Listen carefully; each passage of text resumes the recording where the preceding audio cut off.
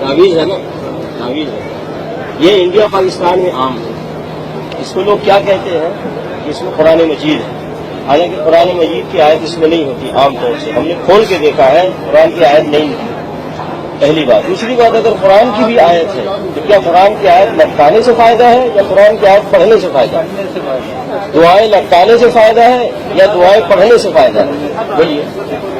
اگر کوئی کہتا ہے نہیں یہ قرآن لٹکانے سے فائدہ ہے تو قرآن کو اللہ نے شفا کہا، تو اس کو اگر لٹکانے سے فائدہ ہے تو اللہ نے شہد کو بھی شفا کہا ہے نا. تو شہد کو لٹکا لیا جائے تو فائدہ ہوگا یا شہد کو کھائیں گے تو فائدہ ہوگا؟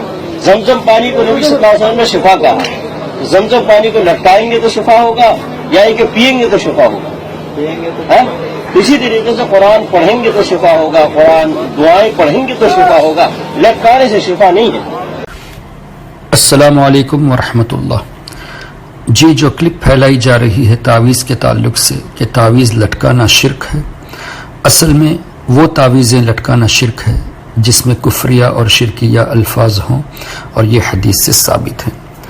اور دوسری احادیث میں واضح طور سے لکھا گیا ہے، جیسے امام احمد بن حنبل رضی اللہ تعالیٰ عنہ نے، اور اسی طرح دوسری کتب احادیث اور تفاسیر کی کتابوں میں بھی یہ باقاعدہ لکھا ہوا ہے کہ صحابی رسول حضرت عبداللہ بن عمر رضی اللہ تعالیٰ عنہما اپنے بچوں کو دعائیں تعلیم دیتے تھے اور چھوٹے بچوں کو دعائیں لکھ کر گلے میں لٹکا دیتے تھے، جس سے یہ صاف پتہ چلا کہ قرآن کریم کی آیتیں ہوں یا حدیث میں مذکور دعائیں ہوں، ان کو لکھ کر لٹکانا یہ ہرگز شرک نہیں، بلکہ شرک وہ ہے جہاں شرکیہ الفاظ اور کفریہ الفاظ ہو.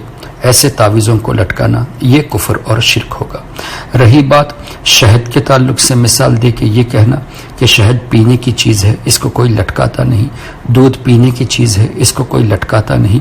اسی طرح قرآن کریم پڑھنے کی چیز ہے، اس کو لٹکانے سے شفا نہیں ملتی. قرآن کریم میں اللہ تعالیٰ نے مطلقاً ارشاد فرمایا کہ قرآن کریم میں شفا ہے، اور قرآن کریم پڑھا جاتا ہے، اور قرآن کریم اللہ کا کلام ہے، اور دوسری چیزیں اللہ کی مخلوق ہے. تو مخلوق کو اللہ کے کلام سے موازنہ دینا یہ سراسر جہالت ہے.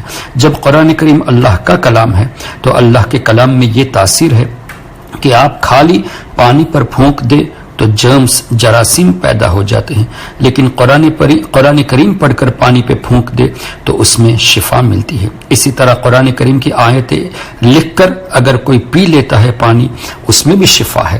اور اسی طرح قرآن کریم پڑھے تو بھی شفا ہے، اور قرآن کریم کی آیتوں کو لکھ کر تعویذ لٹکائے تو اس میں بھی شفا ہے. اور اسی طرح قرآن کریم کو سنے تو بھی شفا ہے، اس لیے کہ یہ اللہ کا کلام ہے. اللہ کے کلام کو کسی اور چیز سے موازنہ کرنا یہ جہالت کے سوا اور کچھ بھی نہیں.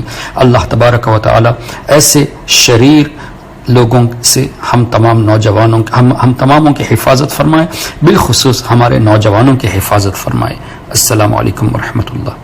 حبیبی یا ممجد یا نبی سلام علیکہ، یا رسول سلام علیکہ، یا حبیب سلام علیکہ، صلوات اللہ علیکہ.